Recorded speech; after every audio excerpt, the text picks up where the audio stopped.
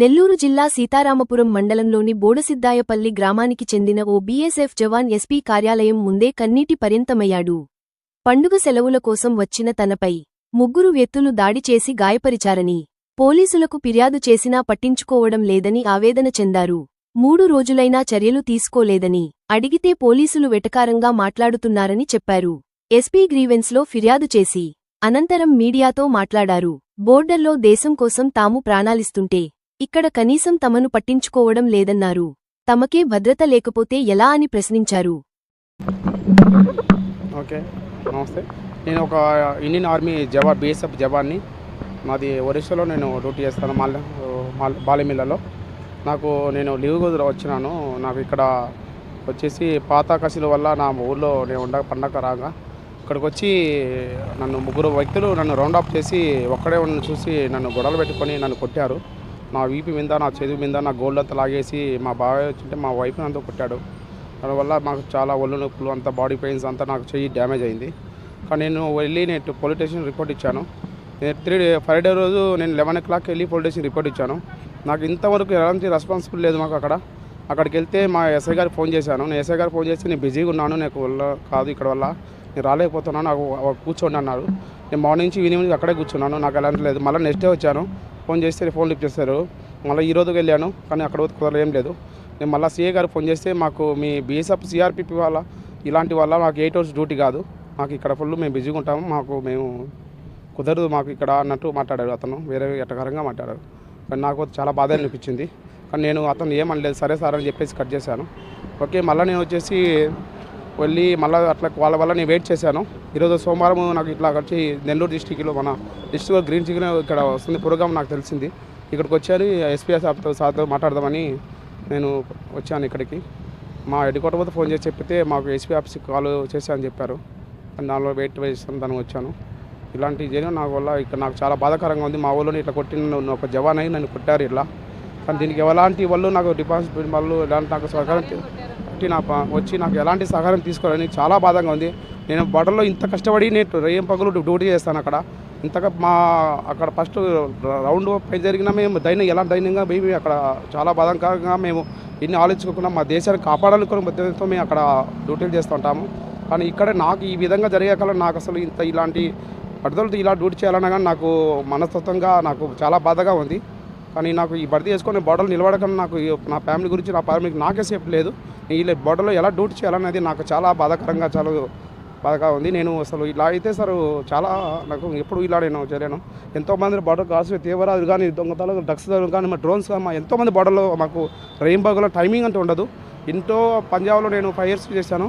అక్కడ ఎన్నో డ్రోన్స్ వస్తుంటాయి, మళ్ళీ వస్తుంటాయి, ఎన్నో పెట్టుకుంటాం సార్. మాకు మా ఇన్నుడు కావాలంటే ఎంక్వైరీ చేసుకోండి సార్. వెళ్ళాను అక్కడ మేము రైన్ పక్కలు నిద్రపోకుండా మాకు అసలు నిద్ర అంటే ఉండదు. మా కళ్ళలో అప్పటి ముళ్ళు గుచ్చుకుంటే ఎర్రగా అయిపోయి అట్లా అసలు నిద్రపోతలేదు. కాళ్ళు వర్షాలు వస్తే నీళ్ళు పోయేదానికి మాకు నర్సరీ దాలు పోతే అలాంటి టైంలో మేము రైన్ పైగులు డ్యూటీ చేసి అక్కడ వచ్చాము.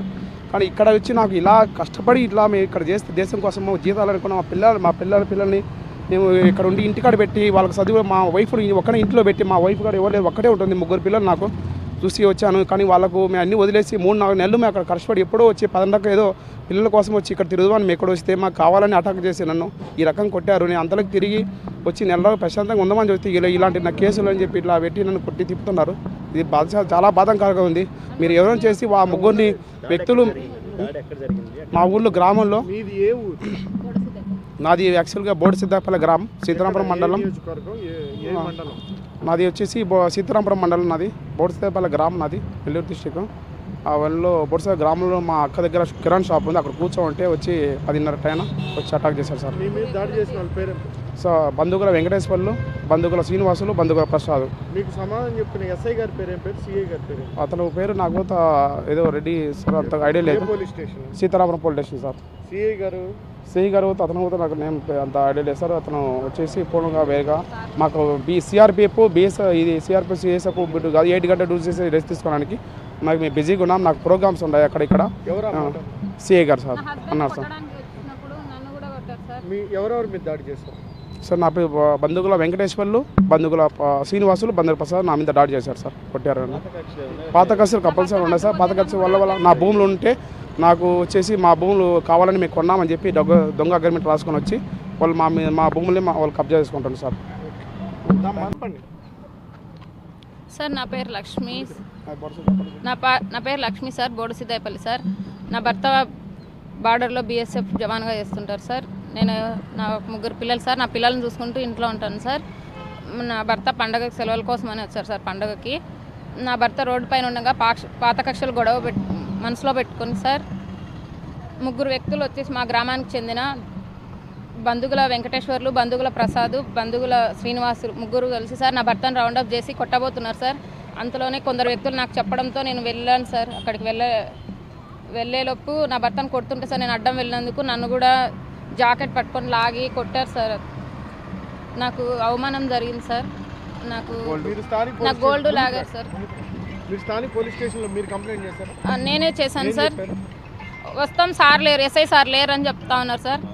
అందులో వాళ్ళు కొట్టేటప్పుడు సార్ చెప్తున్నారు మాకు రాజకీయంగా పలుకుబడి ఉంది, మీరేం చేయలేరు అని ఎప్పటికైనా నీకు ప్రాణహాని నేను చంపేస్తామని నా భర్తను బెదిరిస్తున్నారు సార్. బంధువుల ప్రసాద్, వెంకటేశ్వర్లు సార్. సార్ నా భర్తకు ప్రాణహాని ఉంది సార్. నా భర్త గోల్డ్ కూడా లాక్కున్నారు సార్. నా గోల్డ్ లాగి పడేస్తే సార్ నా గోల్డ్ కొందరు వ్యక్తులు అక్కడ ఉన్న వాళ్ళు వెతికి ఇచ్చారు సార్. నా గోల్డ్ అయితే నా భర్త గోల్డ్ అయితే తీసుకున్నారు సార్. కొంచెం తీసుకున్నారు, కొంచెం ఉంది చైన్ లాగి.